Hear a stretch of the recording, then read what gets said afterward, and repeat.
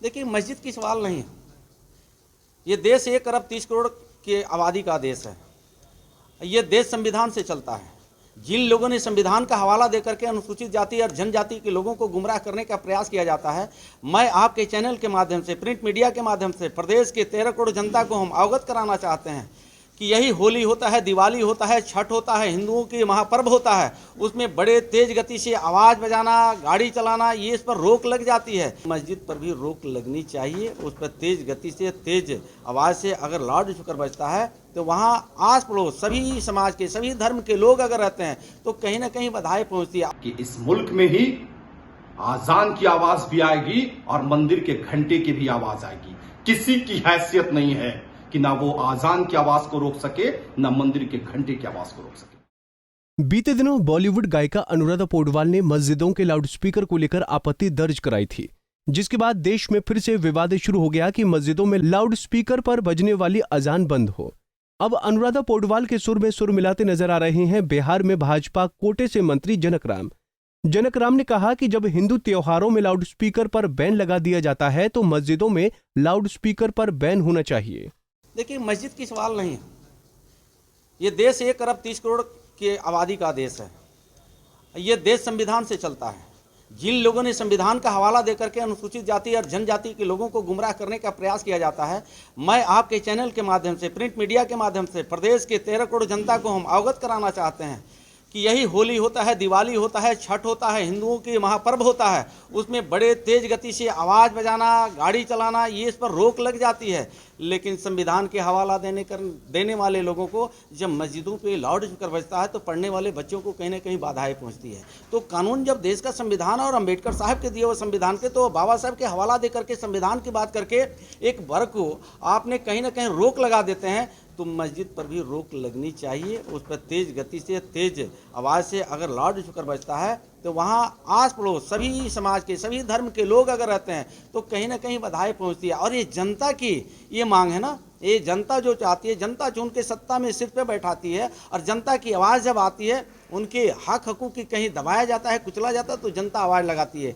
तो जनप्रतिनिधि और बिहार के यशस्वी मुख्यमंत्री नीतीश कुमार के मंत्रिपरिषद सदस्य होने के नाते मेरे पास ये बातें जब आई तो मुझे बखूबी ये बात करना आता है और मैं बखूबी ये बात को रखा हूँ। ये सभी समाज के लोगों को हर धर्म पे अगर इस तरह का प्रतिबंध लगता है तो उस पर भी रोक लगनी चाहिए। पार्टी के प्रवक्ता दानिश रिजवान ने बयान जारी कर कहा है कि अगर हैसियत है तो मस्जिद में होने वाली अजान रोक कर दिखाएं। दानिश रिजवान ने कहा कि इस मुल्क में न अजान की आवाज रुकेगी और न मंदिरों के घंटे बंद होंगे।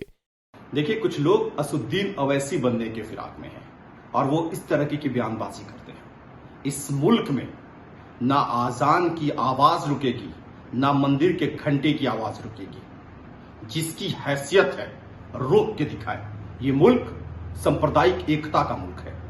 आदरणीय प्रधानमंत्री नरेंद्र मोदी जी हमेशा कहते हैं कि सबको लेकर चलेंगे, सबका साथ, सबका विकास करेंगे। कुछ लोग आदरणीय प्रधानमंत्री नरेंद्र मोदी जी का सपना तोड़ना चाहता है। उन्हें पता नहीं है कि वो खुद टूट जाएंगे। ऐसे अनाप शनाप बयान देकर मीडिया की सुर्खियों में रहने वाले नेताओं को हम बता देना चाहते हैं कि इस मुल्क में ही आजान की आवाज भी आएगी और मंदिर के घंटे की भी आवाज आएगी। किसी की हैसियत नहीं है कि ना वो आजान की आवाज को रोक सके, ना मंदिर के घंटे की आवाज। तो वहीं राजद प्रवक्ता मृत्युंजय तिवारी ने कहा कि पहले बीजेपी के नेताओं का लाउड स्पीकर बंद होना चाहिए। महंगाई, भ्रष्टाचार, नौकरी, इन मुद्दों पर बीजेपी बात करना नहीं चाहती।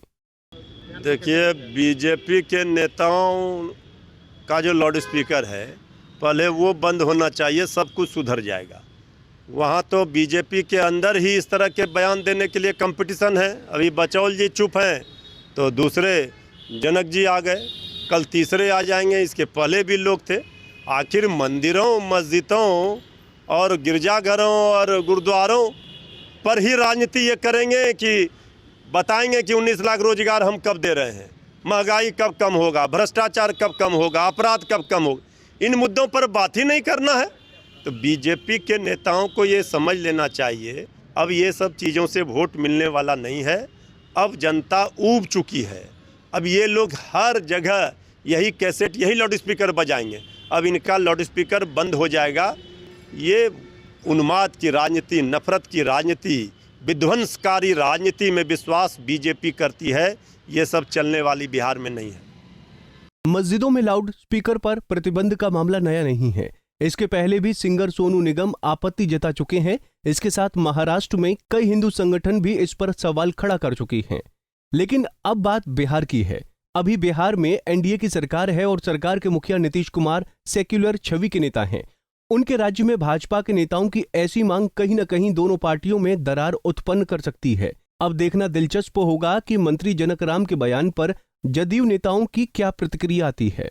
पंजाब केसरी टीवी के लिए अभिषेक कुमार की रिपोर्ट।